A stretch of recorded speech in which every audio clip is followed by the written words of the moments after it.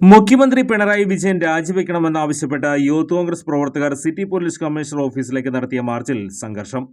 Commissioner ഓഫീസിന് സമീപം വെച്ച് പോലീസ് മാർച്ച് തടഞ്ഞു.